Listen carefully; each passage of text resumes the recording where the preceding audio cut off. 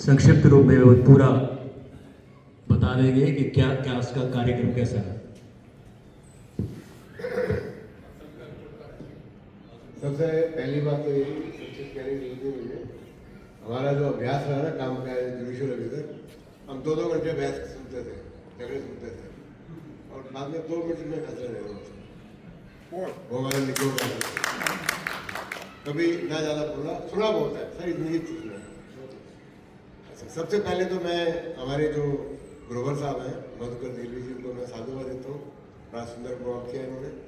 इनकी हिम्मत, पिछले महीने थोड़ा प्रॉब्लम थी तो मैंने कहा मत कीजिए, कोई सेहत पहली चीज़ है। बाकी जो आज बोले हैं लोग, लगभग मैंने देखा है लगभग 18 लोग बोले हैं। एक तो परमवीर जी हैं, अरिहंत जैन जी हैं, शिल्पा जी हैं, शालू जी हैं और मोनिका मासूम जी, इनका तो बहुत ही अच्छी रचना थी। मधु जी हैं और प्रतिभा सप्रा हमारी श्रीमती जी, जिन्होंने माइये बोले, और प्रवीण गोला प्रजापति, इनकी भी बहुत अच्छी कविता थी। इन्होंने नारी की जो अस्मिता है उस पर प्रश्न उठाए। और हरभजन सिंह देओल हैं, ये भी अच्छा बोले, इन्होंने भी दोबारा भी बोला आपके सामने। अमन देलवी जी हैं, ये इनका असली नाम था भूपिंदर सेठी है। और अनिल कपूर जी, इन्होंने तो बहुत ही कमाल कर दिया, इतना अच्छा गाया, मतलब आनंद आ गया। श्याम सुंदर जी, इन्होंने भी अच्छा अंदाज, जैसे ना इनका अंदाज ही अलग है। और मधुकर देलवी जी खुद तो इन्होंने 3 बार बोला है, बहुत बढ़िया बोले आप भी। कभी विस्तार होगा समय तो फिर इसकी समीक्षा करेंगे डिटेल में। और रोजी जी भी अच्छा बोली, थोड़ा उनका कहने लगे मैं प्रेम की तरफ बोलूँगी तो उन्होंने इसी को लिया। देखा जाए तो सारी दुनिया का जो सूत्र है प्रेम है। अगर हमारा आपस में प्यार है तो हम बैठे हैं, ठंड है फिर भी बैठे हैं, थके हुए तो भी बैठे हैं, जाना था उन्होंने वो भी नहीं गई। तो वो जो प्रेम का दूसरा आदर है, आदर के साथ बैठे हैं। और रामचरण तुलतरानी जी, इन्होंने भी अच्छा बोला, पत्नी, धन्यवाद। और उसके बाद सलील साहब बोले। सलील साहब का जो मैं परिचय अभी दिया थोड़ा सा, रियाम श्याम सिंह जी हैं, आपका मैंने इनसे जिक्र भी किया 1-2 बार, क्योंकि आप शायद मुझे DPL में या कहीं मिले हैं, आप ऐसा कहना है मुझे, और आपके नाम से मैं परिचित हूँ, मिला भी हूँ। तो मुझे भी बहुत अच्छा लगा कि आज आपके दर्शन हुए।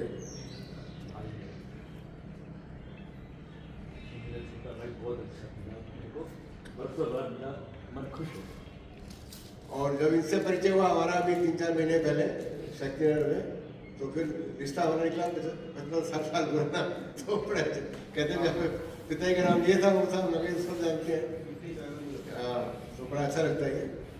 तो सलील साहब ने जो है, आपको जान के खुशी होगी, इनको साहित्य अकादमी का अवार्ड भी मिला हुआ है बेस्ट ट्रांसलेशन के लिए।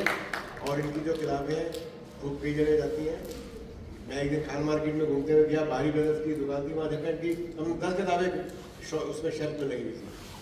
ऐसे एक बार हम शिमला गए इसी काम से, वहाँ देखा वहाँ पे माल में दुकान थी, पूछती वहाँ भी इनकी किताब पड़ी हुई थी। तो ये मैं समझता हूँ कि आज की हमारी गोष्ठी में मैं किसी को छोटा नहीं कह रहा, लेकिन अपने आप में वरिष्ठतम है, दिखने में भी और आयु में भी। अभी 90 के होने वाले हैं और आप उनका जीवन देखिए। और अंत में श्री भगवान शर्मा जी बोले, बहुत बढ़िया बोले, क्योंकि अध्यक्ष के लिए अपेक्षा की जाती है कि सबके बारे में थोड़ा सा बोले, लेकिन समय बहुत कम है, इसलिए मैं तो बड़ा संक्षेप ले रहा हूँ। श्री भगवान जी की मुझे बात सबसे अच्छी ये लगी कि इन्होंने गौ की प्रारंभ किया।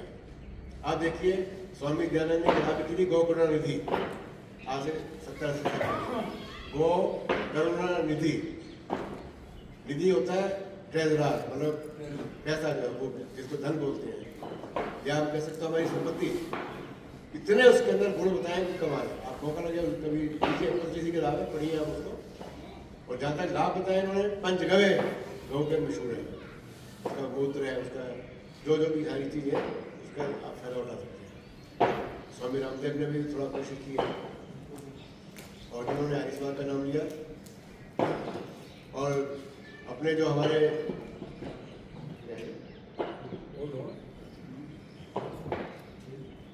ग्रोवर साहब के लिए मैं शेर दोबारा सुना चाहता हूँ कि आपकी जो हिम्मत है ना, आप देखिए 10 बार बैठे हैं, फिर खड़े हो जाते हैं, फिर बैठ जाते हैं, फिर भी कर रहे हैं ये। इनकी हिम्मत के लिए मैं शेर दोबारा बोलना चाहूँगा कि हर विषम परिस्थिति में भी हिम्मत नहीं हारते। विषम परिस्थिति में असफलता हो, थकावट हो, ये उसको भी समझते हैं कि मुझे प्रेरणा मिली है। दिल गवारा नहीं करता शिकस्त से उम्मीद, शिकस्त नहीं स्वीकार करता। हर तगाबुल पे नमाजिश का प्रभाव होता है। आपको सुनाना वाला और अब समय तो कम है, लेकिन मैं फिर भी 2-3 लाइनें सुना देता हूँ। मैं पहले तो सुनाता हूँ, ये सुनाऊंगा आपको। काव्य की क्या क्या अपेक्षाएं होती हैं। मैंने लिखा था एक कविता, हृदय के सौंदर्य को दर्शाता है काव्य, वाणी के अद्भुत माधुर्य को निखारता है काव्य, हृदय के मूक सौंदर्य को दर्शाता है काव्य, मानव की पीड़ा और जुल्म को बतलाता काव्य,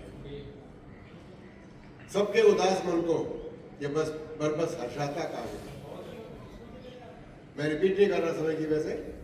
इस दुनिया में सच मानव होना भाग्य है हमारा, दिव्य गुणों से युक्त कवि होना सौभाग्य है हमारा। ये सब बैठे यहाँ पे, ये चुने हुए रत्न सुनाते हैं, जो रत्न है क्योंकि सोचते हैं, मनन करते हैं, फिर उसको अपना काव्य में भाषण कहते हैं ना। योगियों का कुछ पहला कवि वीरे से उपजा होगा गान, तो जो वीरे है, जो दर्द है, वो आदमी को कवि बनाते हैं। इस दुनिया में सच मानव होना है भाग्य हमारा, दिव्य गुणों से युक्त कवि होना सौभाग्य हमारा, अज्ञान भाव से संघर्ष करना सिखलाता काव्य, अन्याय को लोहे के चने चबवाता है काव्य, निराश व्यक्ति के अंतर्मन में आशा जगाता है काव्य, उदास वादियों में फूल का उपवन महकाता है काव्य।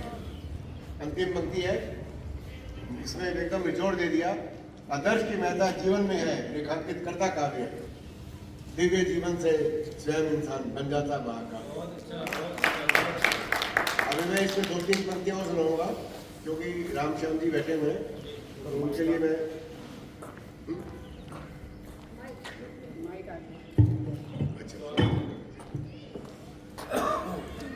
ये सुनीता जी जल्दी आओ इधर।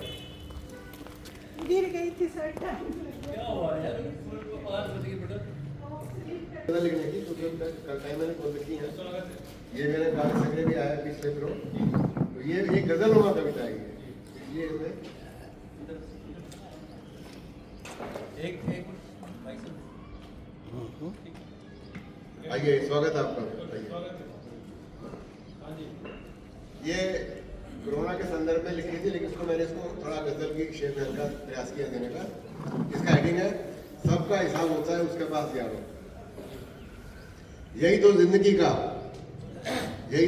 का सुहाना सफर है यारो, पर हाथ से निकलता जा रहा रोज है यारो। कौन पास होता है और कौन फेल होता है, कौन पास होता है और कौन फेल होता है, सबका हिसाब होता है उसके पास यारो। तमाम उम्र दौड़ते रहे हम इस जिंदगी में, मंजिल पे आओ देखें अब कौन पहुंचता है यारो। धूल से खूब है सने अब बेफिक्र चेहरे तुम्हारे, धूल से खूब है सने अब बेफिक्र चेहरे तुम्हारे, संभलो और कुछ तो संभालो खुद को भी यादो।